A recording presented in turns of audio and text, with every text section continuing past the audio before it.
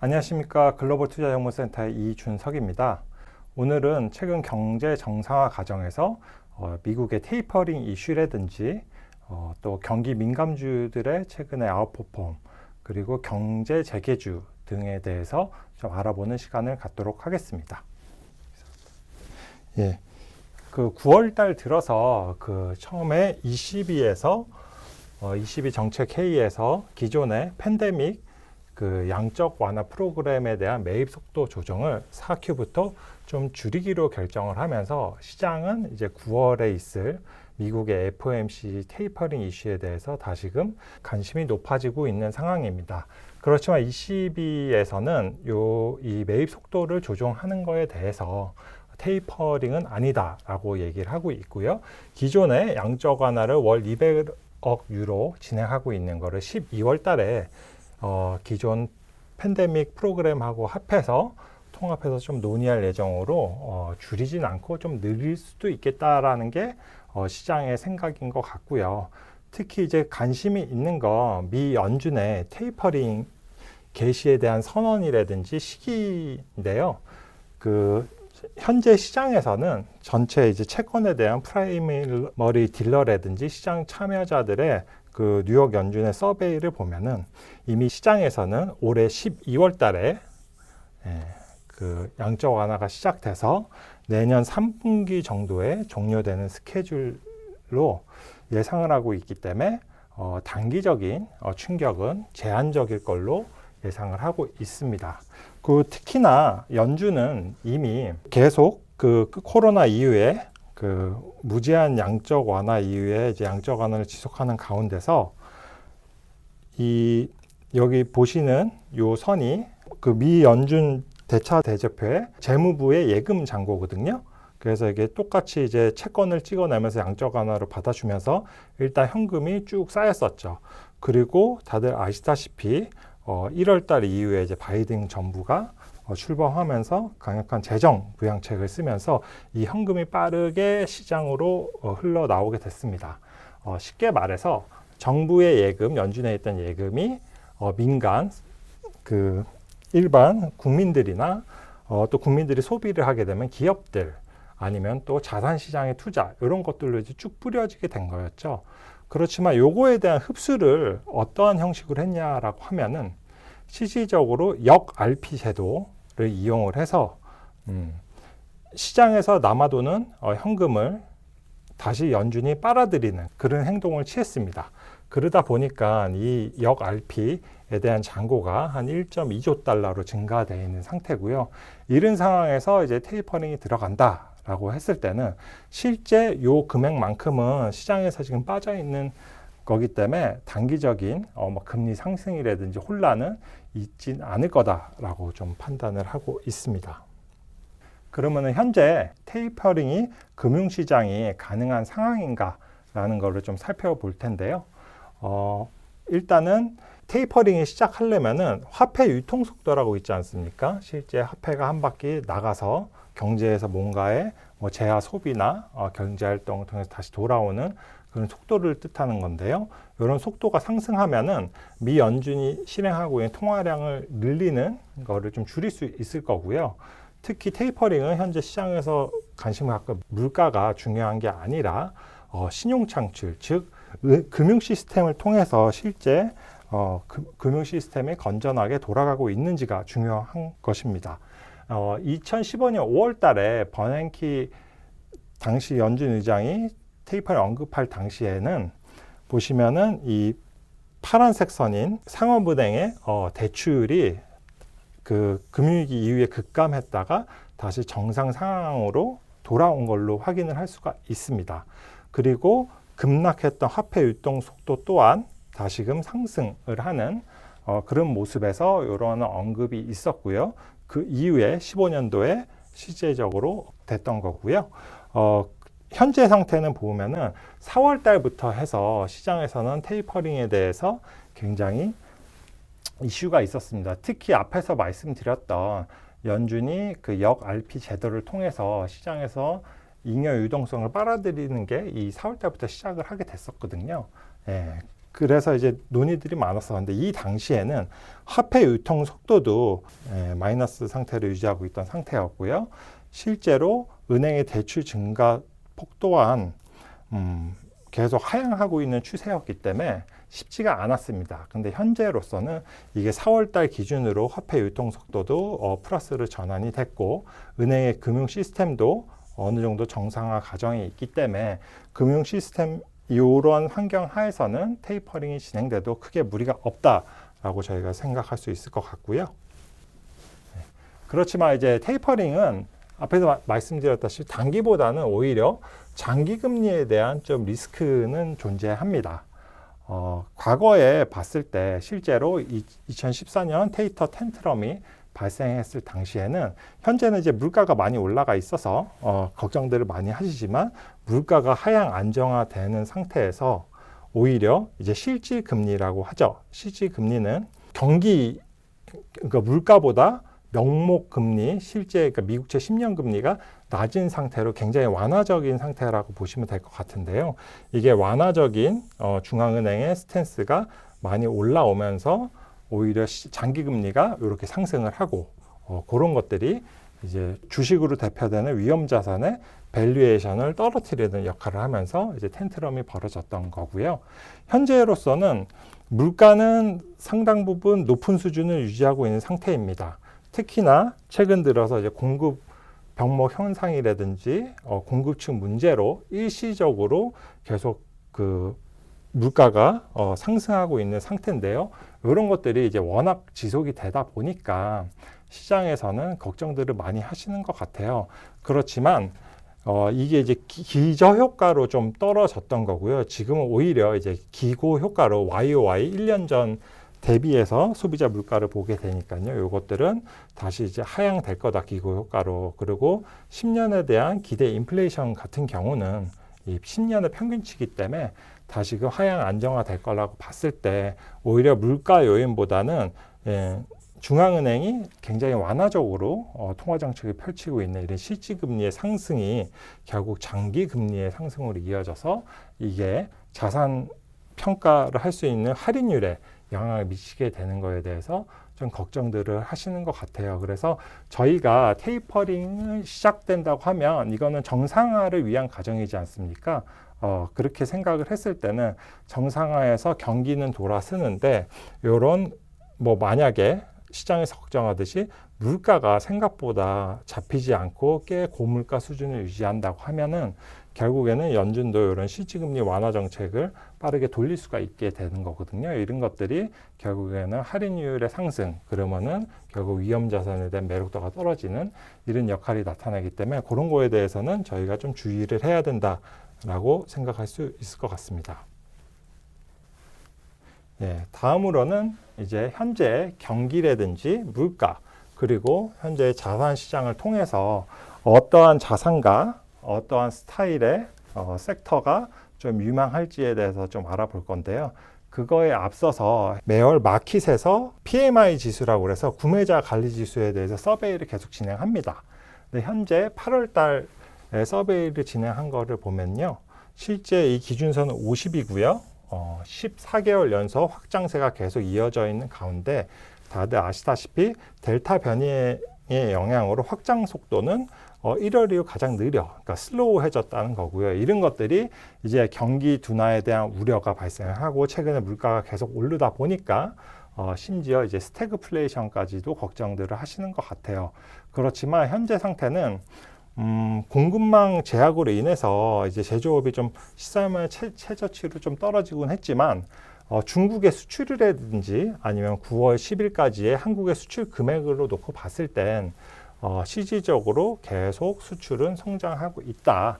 이걸로 놓고 봤을 때는 경기가 이게 확 꺾이는 그런 상황은 아니다라고 보시면 될 것 같고요. 실제 전체적인 상황을 봤을 때 보통 이제 경기가 침체가 일어나서 지금은 경기가 이제 다시 상승하는, 성장하는 고성장으로 옮겨가는 상태고요. 물가도 다시 올라가는 상태이지 않습니까? 그러다 보니까 지금은 물가는 저희가 실제로 보는 CPI나 이런 것들은 기준치를 넘어가고는 있지만 물가는 오르는 상태고 경기도 오르고 그에 반해서 미국 기준으로 기준금리는 아직도 0%인 거죠. 그러니까 굉장히 골디락스 구간에 있다. 단 최근에 이러한 그 잡음은 워낙 그 팬데믹 이후에 그 V턴을 했던 빠르게 급냉했다가 빠르게 상승했던 경기 흐름에 있어서 다시 정상 상태로 넘어가는 이런 속도의 차이에 대해서 좀 불편해 하시는 것 같고요. 실제로 시장은 이런 산업재라든지 에너지, 소재 같은 것들이 특히 이제 국제유가 같은 것도 마찬가지죠.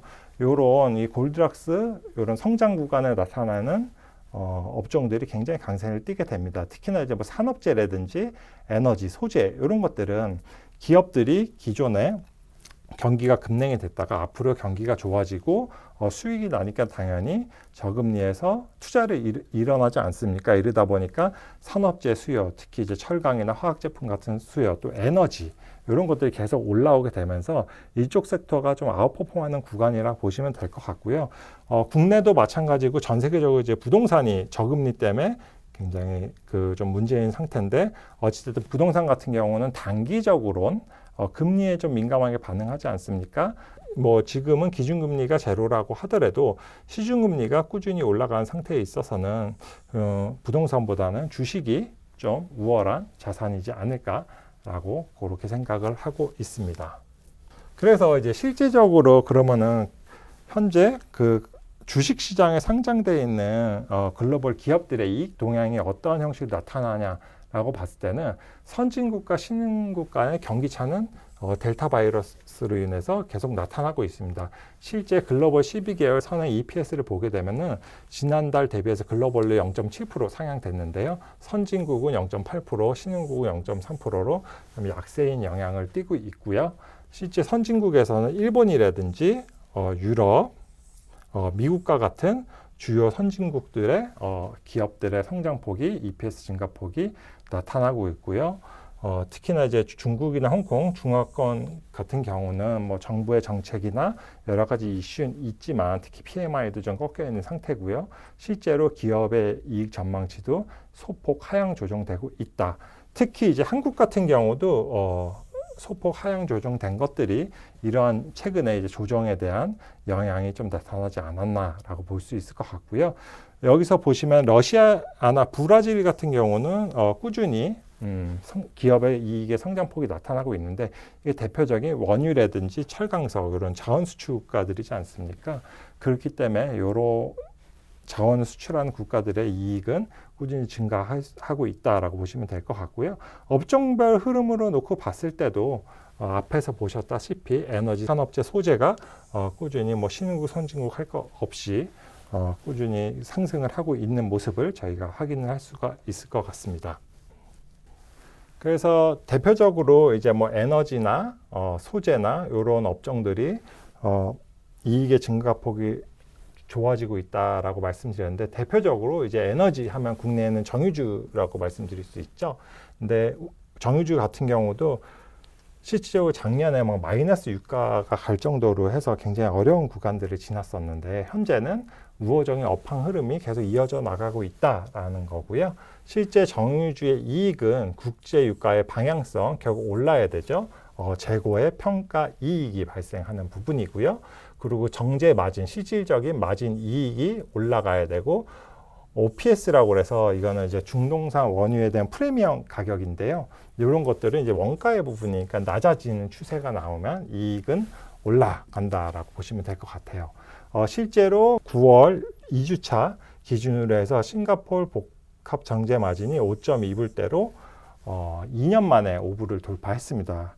이 손익분기점은 한 4.5불로 시장에서 보고 있는데요.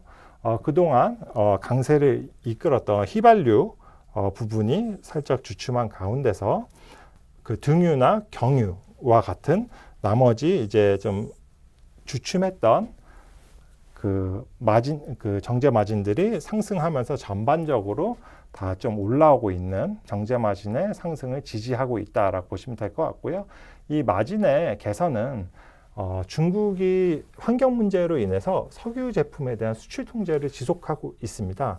실제 뭐 철강이라든지 석유 제품에 대한 8월달 수출 데이터도 급감하고 있는 상태고요. 여기에다가 미국의 허리케인 아이다 영향으로 해서 그쪽의 정유시설이 좀 정상화가 지연되고 있으면서 이 아시아 정제마진의 상승을 좀 도와주고 있는 상태고요. 그 뒤이어서 이제는 겨울철이 다가오면서 난방유 선수기에 진입을 하게 됩니다. 그렇기 때문에 이런 것들이 계속 정제 마진은 올라갈 거다라고 보실 수 있을 것 같고요. 실제 국제 유가의 방향성에 대해서는 시장의 예상은 2020년까지 기존에 이제 유가가 마이너스 유가가 작년에 가게 되면서 오펙에서 이제 감산을 개시하지 않았습니까? 이렇게 되면서 그 수요 대비해서 공급이 오히려 더 줄어들게 되는 상태가 유지가 되고 있는 거고요. 이러한 추세로 가게 된다고 하면 2020년 초까지는 초과 수요 상태가 이어질 거다. 요거는 결국 원자재는 수요와 공급이 키 팩터인데 초과 수요 상태라는 거는 국제 유가의 강세 요인이 되게 되는 겁니다.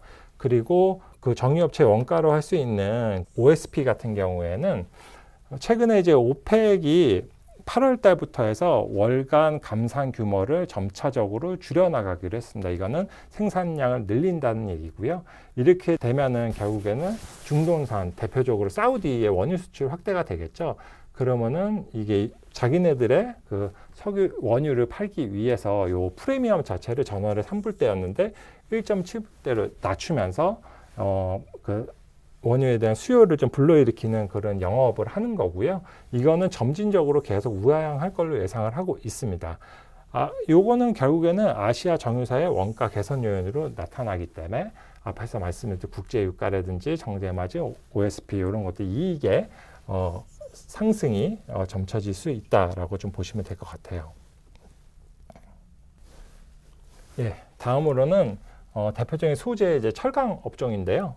철강 업종을 하기에 앞서서 이제 한국의 대부분의 이제 상장되어 있는 주요 업체들은 대부분이 이제 시크리컬, 특히 이제 경기 순환 업종이지 않습니까? 그래서 저희가 봤을 때는 기업의 이익도 중요하게 보지만 뭐 밸류에이션 지표는 PER이라고 요것들을 많이 쓰지만 오히려 그 시크리컬 업종 같은 경우에는 북밸류를 활용하는 PBR 지표를 활용하는 게 좀 더 합리적이지 않을까라고 생각을 하고요. 특히 이제 자본은 이익보다 변동성이 낮고 매분기 이게 돈을 벌게 되면 이게 축적되지 않습니까? 이런 변동성이 낮기 때문에 평가할 때 안정성이 좀 높다라고 좀 보시면 될 것 같고요.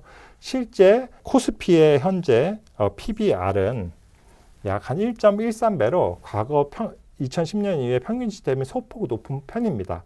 그에 반해서 이익은 2017년 사상 최대치를 12개월 포워드 기준으로 해서 좀 뚫고 올라가 있는 상태고요. 이익도 증가하는 것만큼 밸류에이션도 좀 소폭 올라와 있는 상태다라고 보시면 될 것 같고요. 대표적으로 좀 저평가 받는 업종이 이익 대비해서 업종이 이제 철강 업종을 많이들 꼽으시는데요. 철강 업종 같은 경우에는 2010년 이후에 이익과 밸류에이션이 꾸준히 하향을 하고 있다가 현재 상태에서는 이러한 추세대로 밸류에이션이 굉장히 저평가 받고 있는 상태에서 이익의 성장폭이 크게 나타나고 있습니다. 즉 이익의 성장을 밸류에이션에 따라가지 못하는 형국이다라고 보시면 될 것 같고요.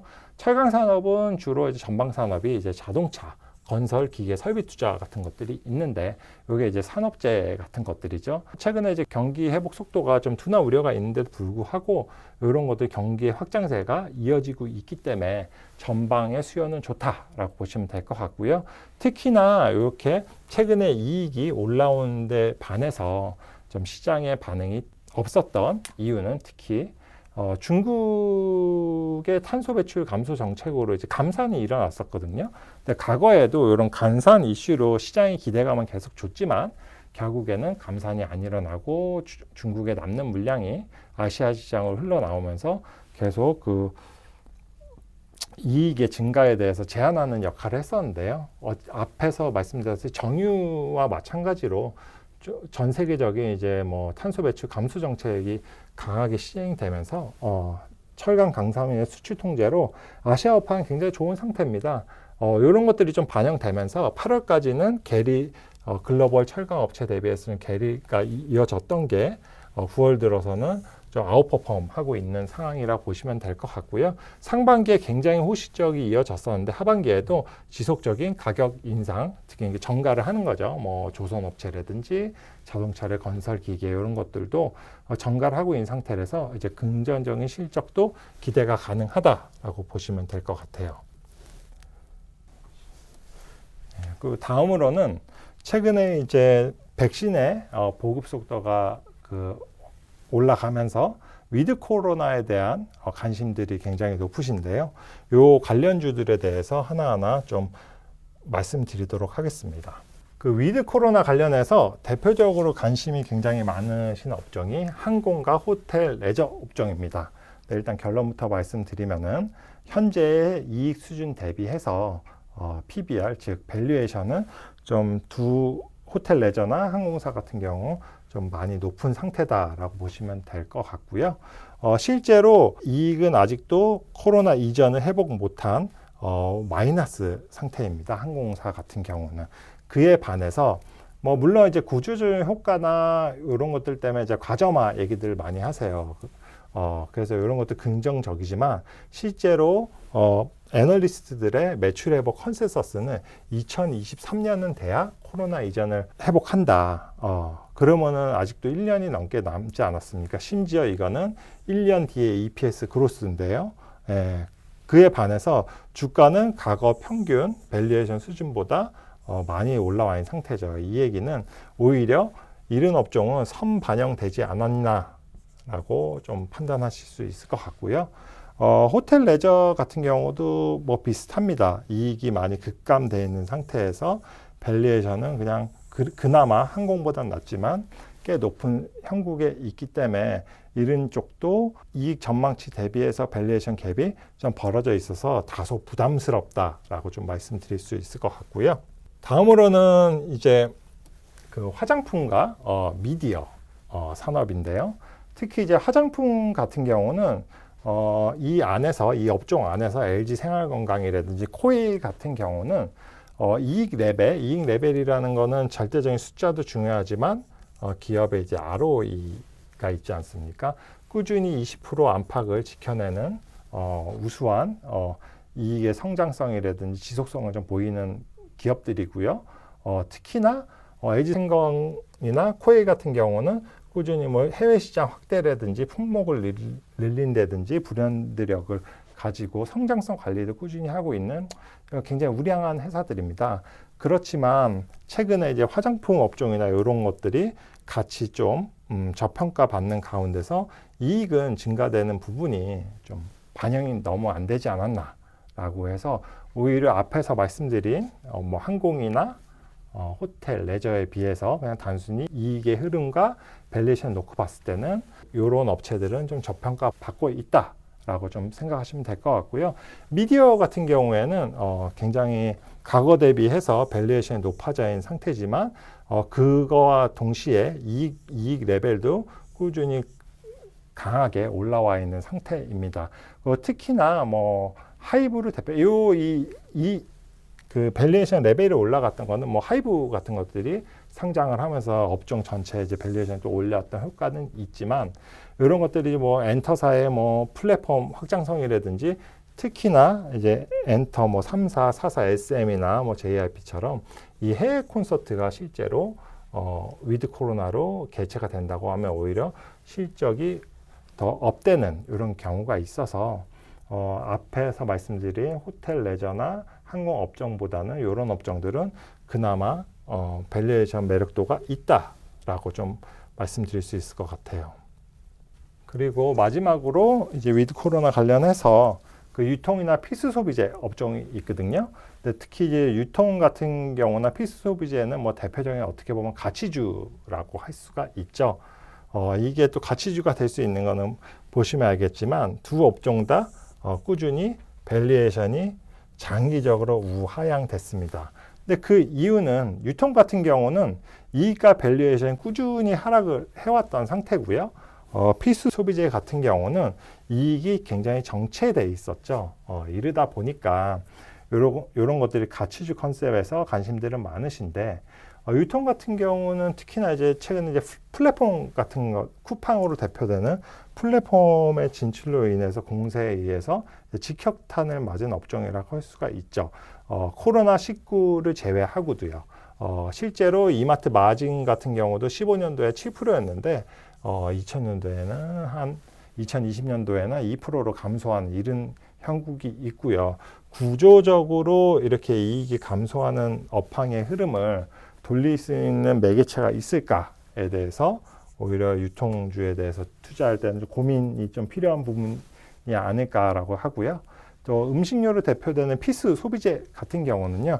과거에는 화장품과 마찬가지로 뭐 오리온이라든지 뭐 CJ 이렇게 해서 뭐 해외 시장 진출로 인해서 실제 약간 성장 프리미엄을 받던 시기가 있었습니다. 그렇지만 아쉽게도 그 시장의 기대와는 달리 이익의 폭발적인 증가는 없었고요. 그러다 보니까 이런 것들이 다시금 밸류에이션 하락으로 좀 나타났다라고 보시면 될 것 같고요. 특히 이제 최근 같은 경우는 이제 워낙 식품 원자재 가격의 상승에 따라서 제품 가격 인상 뉴스가 많지 않았습니까? 라면부터 시작해서 전반적으로 많이 올랐는데, 그러다 보니까 뭐 매출이나 이익 마진이 좋아지는 거 아니냐라고 하지만, 필수 소비재 같은 음식료 같은 경우는 경기 후반기, 즉 지금과 같은 성장기가 아니고 어느 정도 물가와 경기가 정점을 찍고 내려오는 시기에 투자하는 게 좋습니다. 그거는 로직이 어떻게 되냐면은 원재료가 상승에 의해서 지속적으로 가격을 인상을 하게 되겠죠. 그렇지만 이거는 어느 정도 이제 적정 수준의 마진을 겨우 BEP를 면하는 수준으로 꾸준히 올리게 될 겁니다. 그렇지만 이렇게 경기와 물가가 어느 정도 고점을 찍고 내려오는 패턴이 발생하게 되면은 다들 아시다시피 뭐 라면 값이라든지 뭐 초코파이 값 이런 것들이 이거에 연동해서 떨어졌다는 뉴스는 거의 들어보지 못하셨잖아요. 그만큼 가격은 고정적으로 높게 형성되는 가운데서 원자재 가격이 올라오고, 특히나 이런 필수 소비재 같은 경우에는 물량의 변화가 미미하죠. 그렇게 되면서 이익이 증가하는 형태. 이러다 보니까 오히려 경기 불황기에 좀 아웃퍼폼하는 그런 형국이 나타난다 라고 보시면 될 것 같고요. 지금 상태에서 이런 것들을 종합적으로 봤을 때 필수 소비재도 뭐 좀 단기적으로 뭐 모멘텀이 좀 기타 다른 시크리컬에 대해서 좀 약하다라고 좀 보시면 될 것 같아요. 예, 이상으로 최근에 이제 경제 정상화 관련해서 경기 성장 속도의 둔화라든지 그 안에서 이제 자산 가격의 상승에 따른 밸류에이션 부담 이런 것들이 있어서 시장에 대한 고민들이 많으신데요. 현재 상황에 맞고 또 이익 성장 대비해서 밸류에이션 매력도가 있는 이런 퀄리티가 높은 업종이나 주식 쪽으로 관심을 가지시고 임하시면 좀 시장을 대응하는 데 편하지 않나라고 생각을 합니다. 예, 이상으로 마치겠습니다. 감사합니다.